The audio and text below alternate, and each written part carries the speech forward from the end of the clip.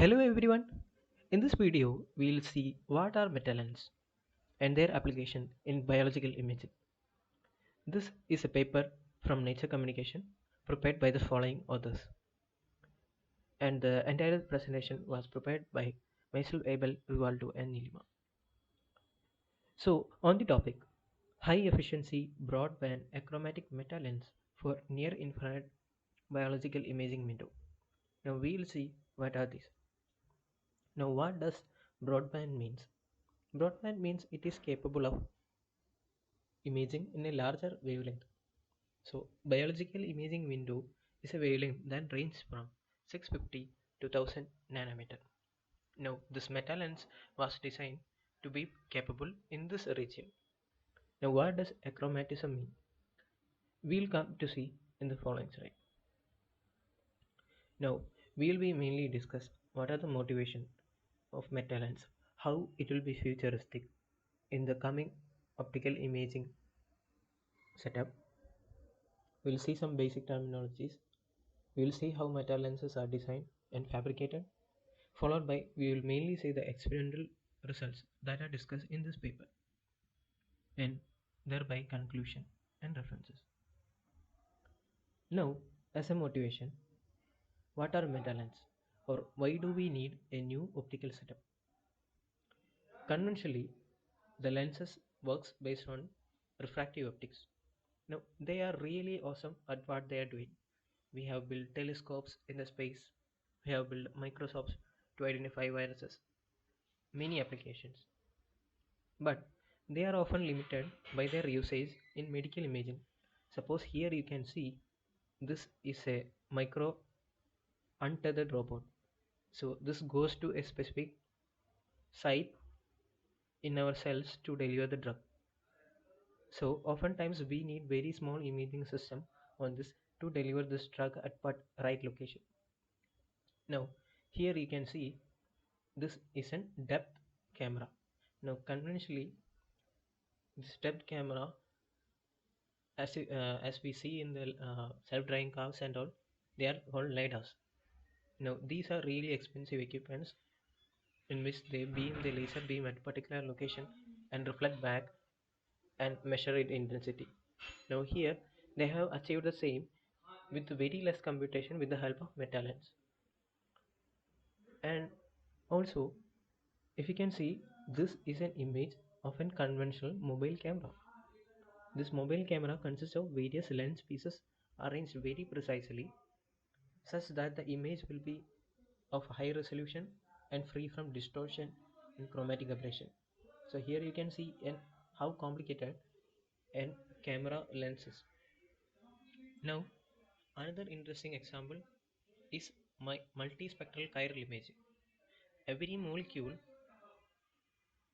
in biology exhibit some form of chirality.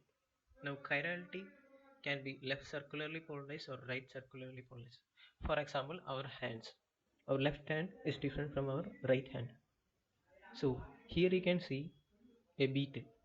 Now this beetle will reflect the light on left circularly polarized right, but whereas it absorbs the light on right circularly polarized light. So we can see how the nature has been designed. Now another interesting application from the nature itself. This is a spider. Now the spider has very tiny brain, but it can actually uh, do its predation on these insects even while jumping. Now these spiders have very high resolution depth image which is built by the nature, or it got adapted through the nature, and it's able to properly focus these insects and catch them. Now how do they work? Now this research group on this paper have developed a metalens that uses a similar property on how this retina of these spiders work. So this lens has capability of focusing at two different locations of a particular object. Now based on the defocusing, they measure the they create an intensity map profile and followed by the distance is being obtained. Now we have also another interesting application in virtual reality world. So conventionally we have the large bulky virtual reality headset. Now over time we get dizzy by using them. Now this is because the images are not properly focused on retina. Now if we can have meta-lens implementation on our VR lens, it will be way smoother to use those devices. Now here we have Metalenses with the displays on the back side of this Metalenses, and once the image is formed, Metalenses will convert the image on a platform which is a screen, so that it will appear as it is overlaid. And here you can see how the researchers from the team Harvard have utilized a Metalens for this application. So the future is really awesome with the application of Metalens, and we will really see them in our as a soon marketing strategy. Now here is another example, and this is specifically called a Moir lens. Now this lens is capable of adjusting the focal length by rotating them. Now another great advantage of Metalens is that you can use the existing lithography technique that are very well understood by the semiconductor industry. So what we can do is we can use the same lithography machine to manufacture these Metalens, and this process is called vertical integration. So even the electronic systems and the camera imaging systems, CMOS, and the camera drivers, everything comes under the same chip. Now here is the latest innovation that has happened in the electronics. Now a research group from the Harvard was able to develop a metallics in the ultraviolet rays. Now ultraviolet rays have a higher absorption for most of the materials. As a result, we have difficulty in developing the lenses at ultraviolet regime. Now, this group has developed a meta lens with the holes on the surface along with the vacuum system. These vacuum systems will help tune the direction of this ultraviolet rays. Now, this has a huge application in sensing, holography, microscopy, and fundamental research. Now, let us come into the actual paper, what the paper actually describes. So, conventionally, metal lens have been designed in the visible wavelength. Now, there are various metal lenses that range efficiency from 60 to 90%, and oftentimes they are not extended to biological imaging window. And you can see uh, the another research was focused on developing a metal lens based on titanium dioxide. Now they have achieved an height of 990 nanometer. Now, as I mentioned, the Metalenses basic principle is they have an nano pillars that is arranged in a specific format on a uh, glass plate. Now, why TiO2 has been preferred? Now, the silicon, as I mentioned, has a strong absorption at a higher wavelength in the region of 650 to 1000. Now, whereas TiO2 is very optimal because it is transparent to these wavelengths, so that it will have relatively less absorption. Now also TiO2 has very good refractive index of 2.3. Now metalens, one of the criteria of designing metalens is that it should have an high refractive index such that it can confine the light within its structure, and it acts like a waveguide. So that is one of the advantage. And another important parameter is this research group was able to achieve 77 to 88% efficiency, and they have developed two metalens of two numerical aperture. One is 0.1 and 0.25. Now, numerical aperture is the ability of a lens to gather light. So, if higher the numerical aperture, the more the focusing will be, and the more the resolution it will have. Now they, as you can see, one of the point is they have demonstrated a Metalens with a increased group delay range. Now I will come to it. I will explain you in a moment what group delay range is. Next, the Metalens that was designed is polarization insensitive. So no matter whether the polarization is linear or circular, the Metalens will work uniformly across all the polarization. And we have the broadband spectrum for them. Now let us understand some of the terminologies so that we'll be on the same ground. How does an ideal lens work? An ideal lens converges all the light rays, incoming light rays, to a single point. But oftentimes, in reality, that is not the case. Due to the geometrical deformation and during the manufacturing, we'll have some abnormalities on this lens structures. So these light rays will converge at different points along the axis. Now, this is called spherical aberration. Now, similarly, we have something called chromatic aberration. Now, different wavelengths have different refractive index when they pass through a certain medium. Now, that will cause the different light waves to converge at different points of different wavelength. As you can see in the image, it is not focused at a single image. Now, this will reduce the contrast of the image as well as the quality of the image. Now, another parameter is called phase shift. As you can see, it is a difference in the phase of the two adjacent waves. Now you can calculate by finding the path difference of these waves. Phase difference is given by 2 pi by lambda into path difference. Now next parameter that we need to understand is a measure of aberration, and this is called Snell's ratio. The Snell's ratio help us understand how better a system is at focusing light. If the Snell's ratio is less than 1, it means it is having some chromatic aberration.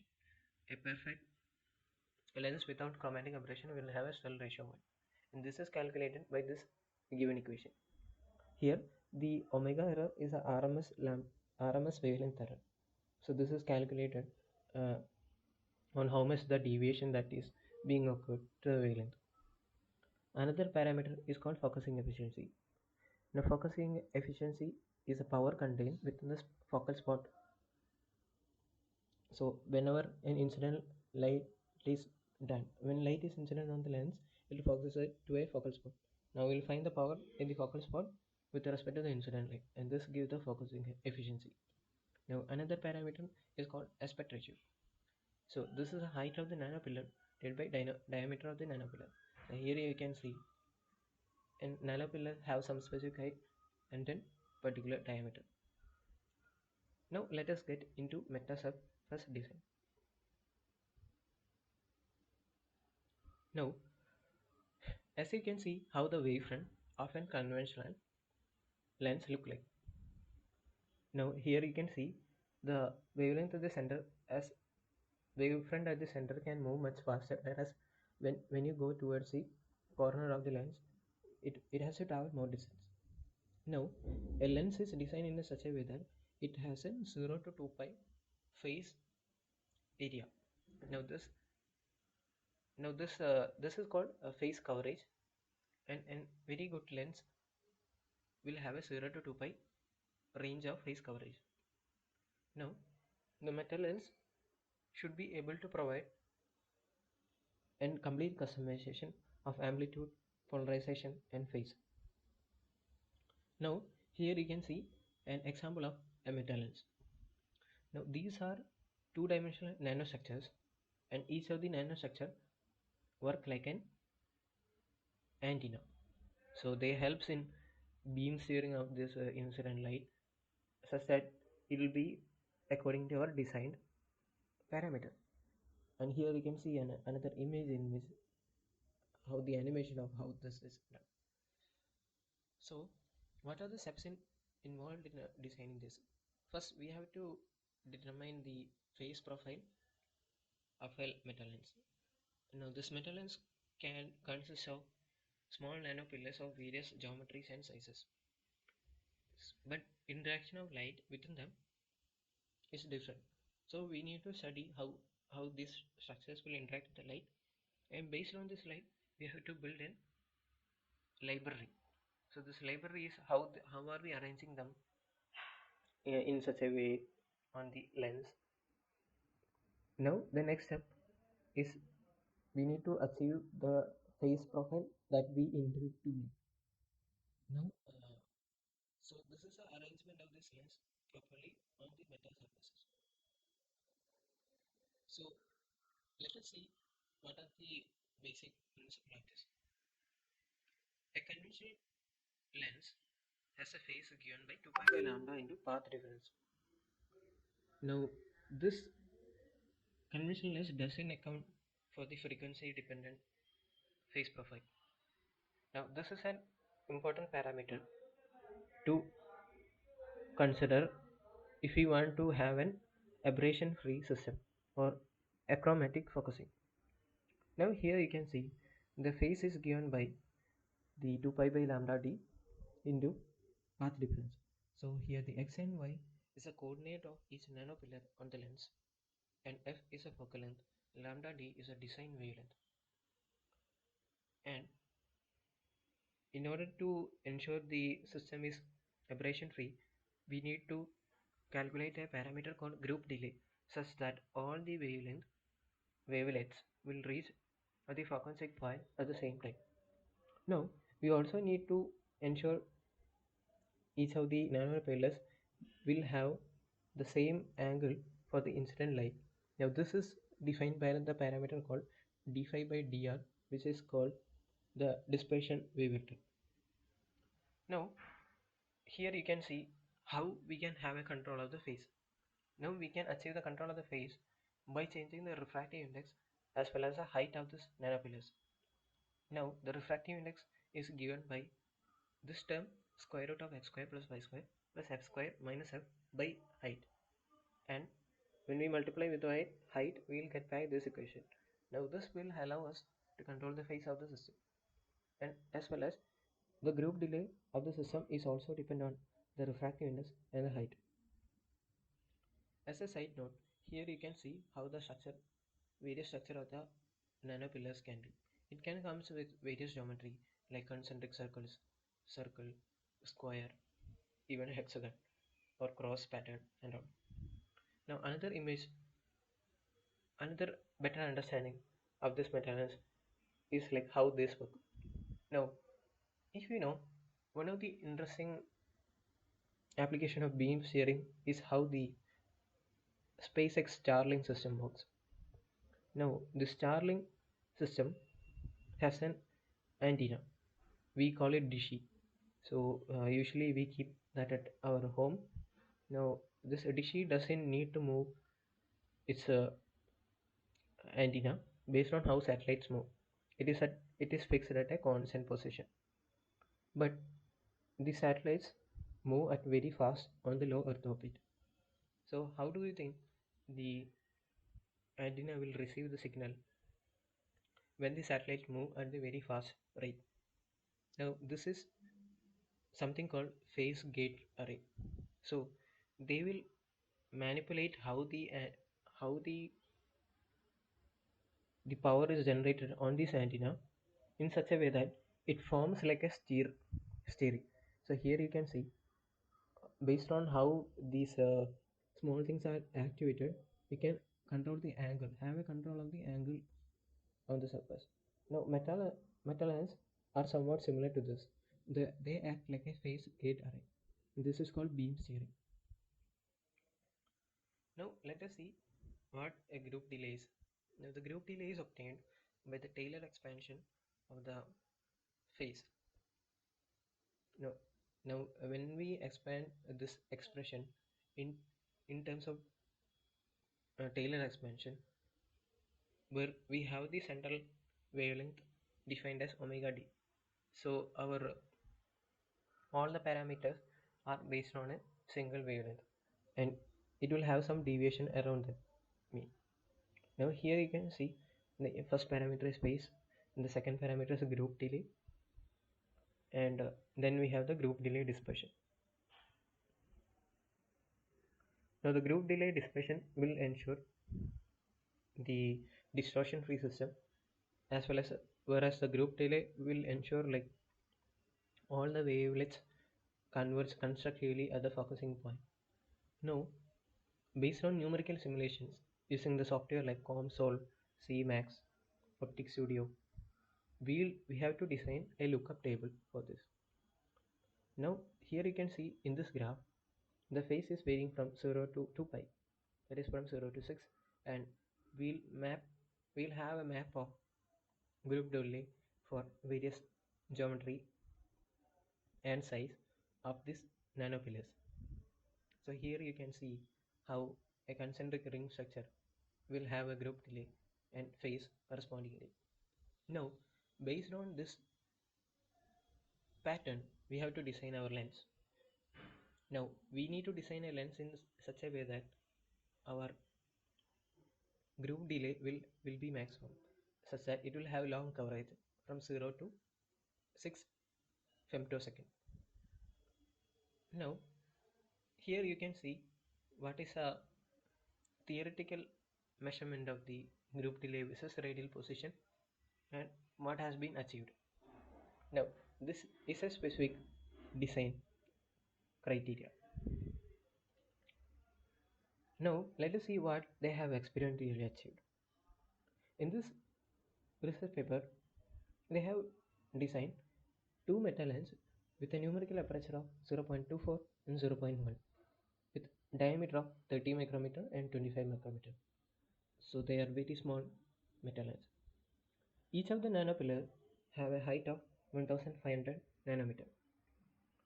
And as I mentioned, we are designing the metalens with various geometry. Here they have used circular, ring, square, bipolar concentric ring shape structure. So here you can see all of them. And as a side note and a refresher, we are designing the metalens from 650 to 1000 nanometer. So here you can see they have achieved a good efficiency around 80 to 90 percentage. And here you can see the design wavelength is around 850 nanometer. So this is for the 0.1 numerical aperture and other is for 0.2. Here you can see a couple of other experiments that was done by some research group as mentioned in this paper. Now I will attach this paper in the description.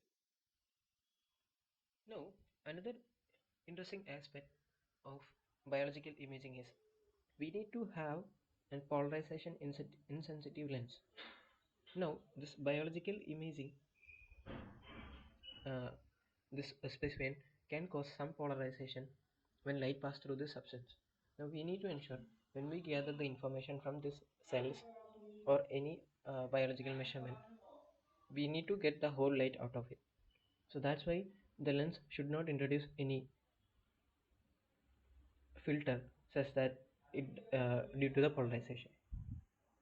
Now since these structures are symmetric, the circle, square and all, when we rotate them by 90 degree they are same. When we rotate square by 90 degree it's still square only. So that makes the lens polarization insensitive. Now here you can see a two focal length of the metalens. For 0.24 numerical aperture the focal length is around 60 micrometer and 0.1 it's around 110 micrometer. As well as the efficiency will vary across the wavelength, and this is because the we are targeting the design at around 850 nanometer, and you can see the efficiency for 650 nanometer is around 77 percentage and it reaches around 88 percentage. For 0.1 numerical aperture it is around 85 and it can go up to 95 percentage. Now let us see how they have actually made. So initially we will take an substrate ITO glass such that we can start forming the TaO2 on this. We can form this pillars on this ITO. Now the ITO is called indium tin oxide,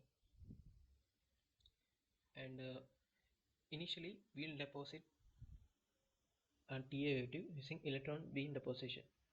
So with the help of the electric field this TiO2 get evaporated and get deposited on the surface of the ITO. Now after that we have to have a photosensitive mask, or we'll call it photoresist. Now whenever that interacts with the ultraviolet light or ultraviolet electron beam, the part where the this photoresist is exposed will get removed. Now how will deposit the photoresist? We deposit it using a method called spin coating. So here you can see a wafer on which we are depositing the photoresist, and this photoresist is called PMID, and this it is called polymethyl acrylate. And after this process we will expose them to a mask, the pattern that we need to form on this surface. Now here you can see, once the electron beam lithography is done, it forms an structure like this. Then we need to deposit the chromium. Now the chromium will ensure that wherever the chromium layer is present, it doesn't remove the mentioned photoresist. So it removes these structures, and after this process we need to remove the TiO2 coat where the uh, chromium is not present. For that we will use a method called etching. Now after that we can remove the chromium. Now we have achieved the nanopillar structure. So now let us see the results. This is how the standing electron microscopy image of this lens looks like. Here you can see how a quarter of this image the nanopillars are looking. So one of the interesting parameter is there. How much is the side wall? How much angle is the side wall? We need to have a side wall of 89 to 90 degrees vertical side wall, such that it will have a good. It is considered as a good Metalenses. And here you can see some other geometries that they have tried designing. Now in the overall Metalenses there are 4725 nanopillars, and with an aspect ratio of 37.5. Now how this aspect ratio comes is the height of the nanopillar is 1500 divided by 40, which is the diameter of this nanopillar. Now let us see some results that was produced using the lens. Here you can see the Metalens was tested across the whole wavelength from 650 to 1000, and here are the axial and lateral resolution of this lens. So here you can see this is in the XZ plane of the intensity profile of this image, and this is in the XY plane of the image. Now here you can see how good the focusing of this. Now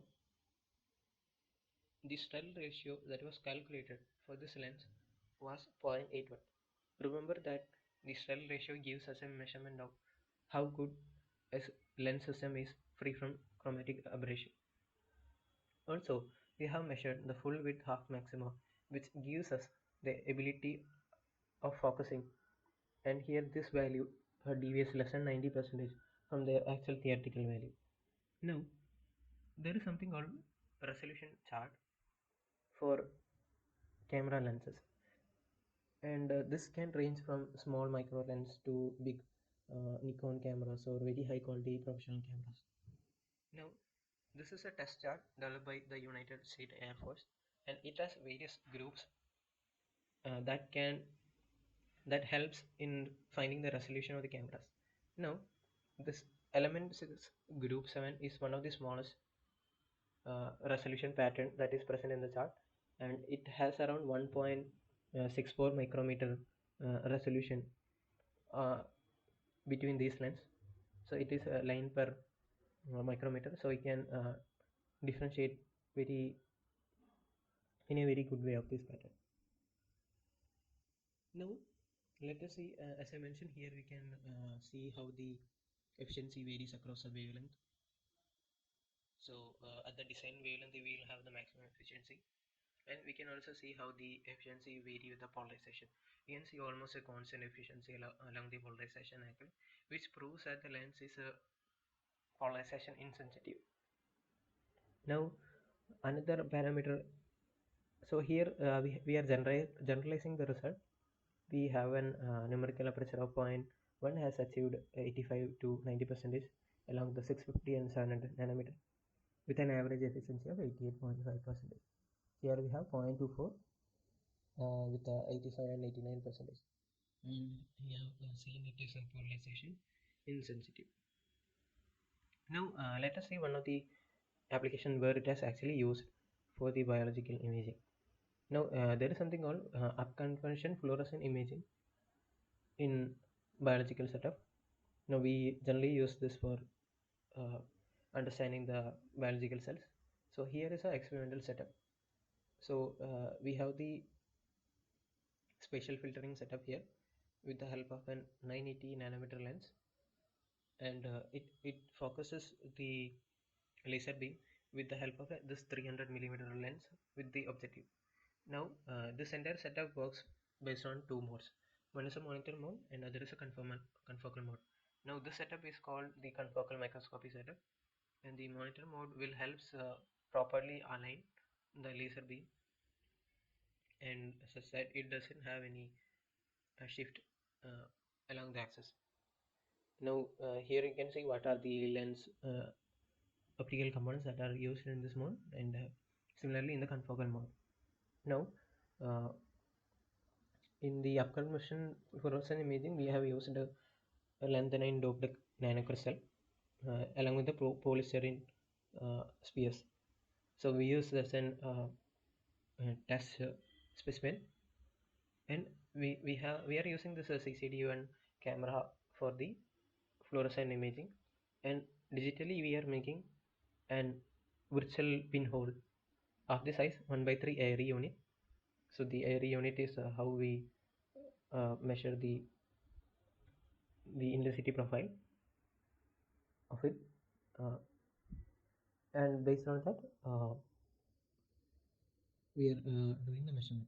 So here the lanthanide of nanocrystals we are imaging based on something called two photon imaging.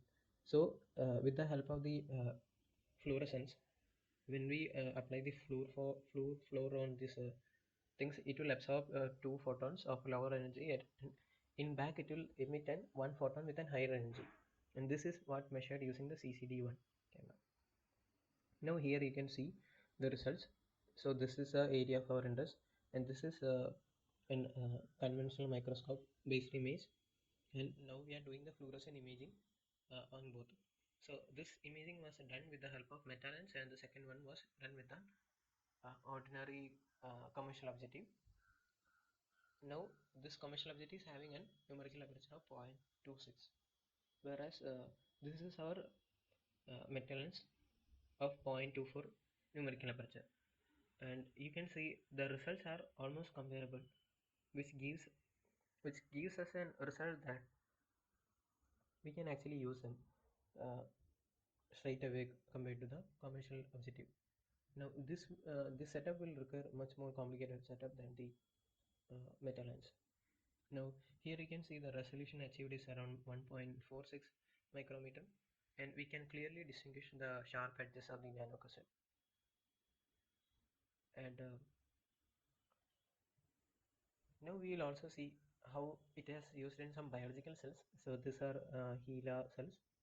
Now this is an cultured cells similar to cancer cells that we can say.